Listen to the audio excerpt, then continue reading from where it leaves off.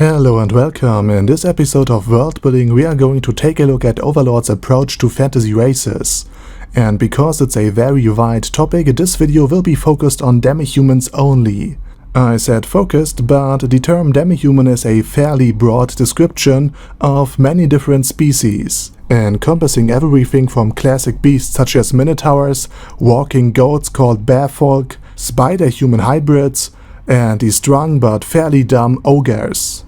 Each of these species is far better suited to the brutal reality that is the new world than the frail and weak humans, and most of them used to hunt and eat us poor, hairless monkeys to the point where we almost went extinct. But what differentiates a normal demihuman from a wild beast, and turns it into an extremely dangerous foe, is the combination of superior strength with a keen mind. And therefore Nagas are an excellent example of showing the difference between normal humans and demihumans, especially gifted ones. Existing as a snake with the upper body of a human, these beings are truly fearsome enemies.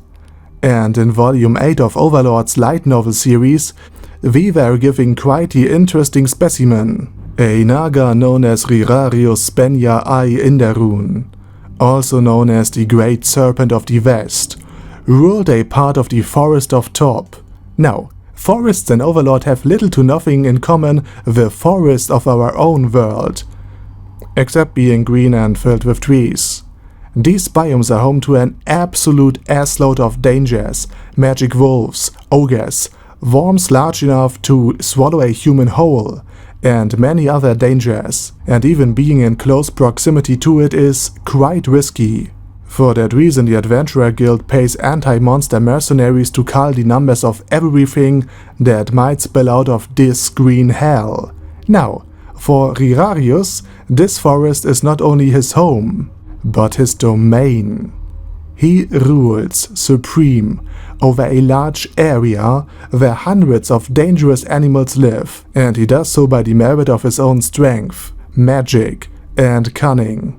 And to illustrate my point a bit more, let me tell you his life story. He wanted to align himself with the much more simple-minded Gru, once he realized that a far stronger presence has appeared in the forest. He was smart enough to instantly submit to Aura Bellafiora after his invisibility failed him.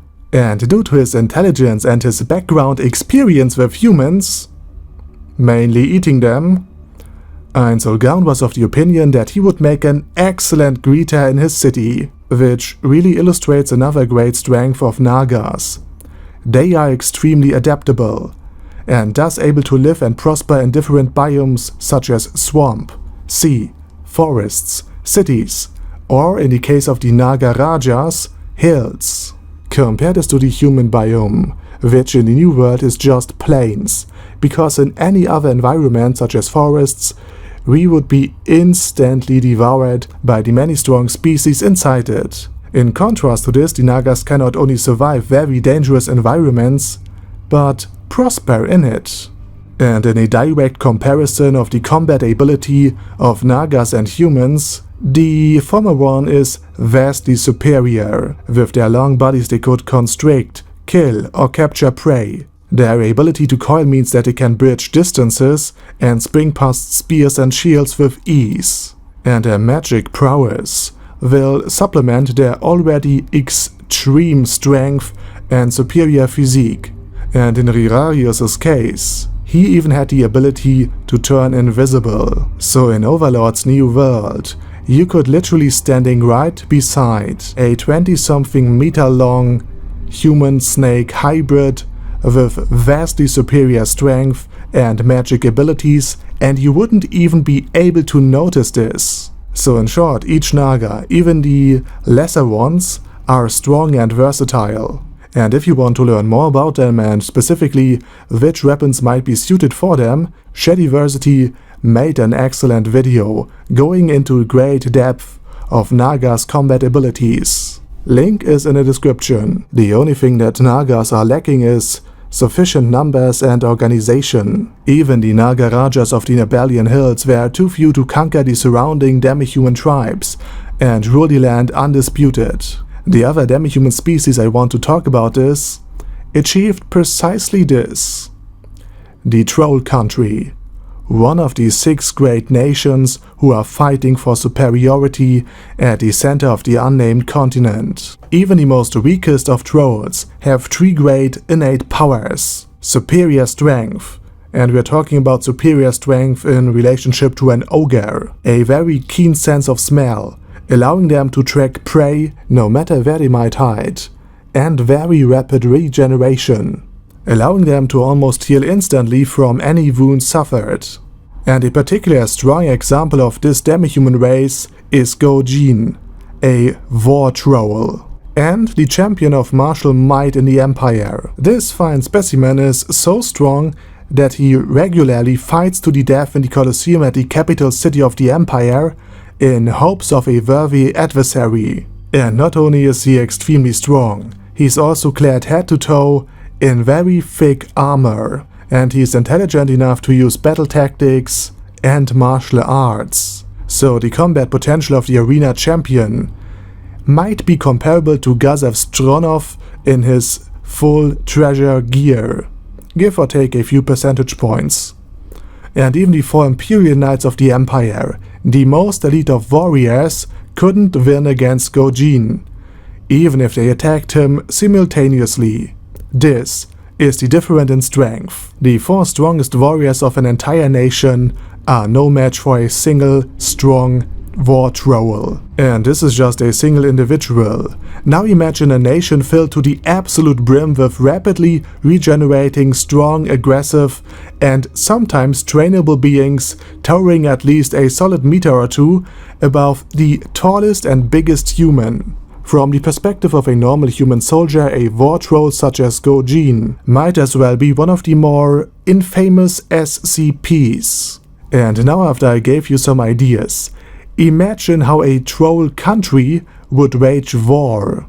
They could just run into humans, entrenched in a defensive position, eat the arrow fire, take the spears to their bodies, and then still break into the human infantry formation, because they, at least in part, have already recovered from the damage inflicted. As long as you can't bring them down in a very short time span, they will almost instantly recover from their wounds. Add armor and a good club to this, and any troll army could cut through human infantry like a hot knife through molten butter. So unless large numbers of fire and acid damage is inflicted, which prevents them from regenerating, us humans and most other demi-human armies are well and truly fucked. They don't need intelligence to win. They just need to charge in sufficient numbers. Managed to build a kingdom. This and the existence of Gojin implies that there are some fairly intelligent specimen amongst them. And as mentioned, some trolls are stronger than others. Some trolls are warrior by trade. They have done nothing other in their entire life than fighting and training, acquiring a great variety of excellent techniques, tactics, and equipment. The same martial arts a human used to deal massive amounts of damage, strengthening their whole bodies, deflecting deadly blows, and evade lightning fast are all open and accessible to a troll interested in these things. And the only reason for why the troll country hasn't conquered the by comparison weak human nations are the theocracy, who could actually fight back due to them having godkins, so basically beings from the bloodline of the 6 great gods who founded the nation, and the fact that other more powerful nations are also fighting for supremacy at the center of the continent, thereby directing much of the attention and military potential of the Troll Kingdom in another direction. Focused on this great game, most of the stronger nations seemingly ignore the smaller kingdoms and countries of the weak and utterly inferior humans that live near the edges of the continent. Their direct approach to warfare and their insane strength is also reflected in their culture. Long names are a sign of weakness. Short grunts, growls, and shouts are all it takes to make one's intention clear. And in the Troll Kingdom, we humans are nothing more than food, and 6-month-old fetuses served in the wombs of their mothers are considered to be an exquisite delicacy. Remember, in Overlord might makes right, and Demihumans are on average way mightier than the puny little plain-dwelling humans who are oftentimes wielding nothing more than pointy sticks in order to defend their twig-like bodies. But most interestingly, there's also a demi-human nation that isn't comprised of inhumanly strong individuals who are able to fight and best even the most elite of warriors of mankind. On the contrary, a nation of goblins had managed to establish themselves somewhere in the New World. And there are also tales of a goblin king who battled and defeated dragons, one of the strongest species in the entire world. And in the next part, we will take a closer look at this nation, because I have some pretty interesting theories about them. But as of now, I will end this video right here. Have a nice day, over and out.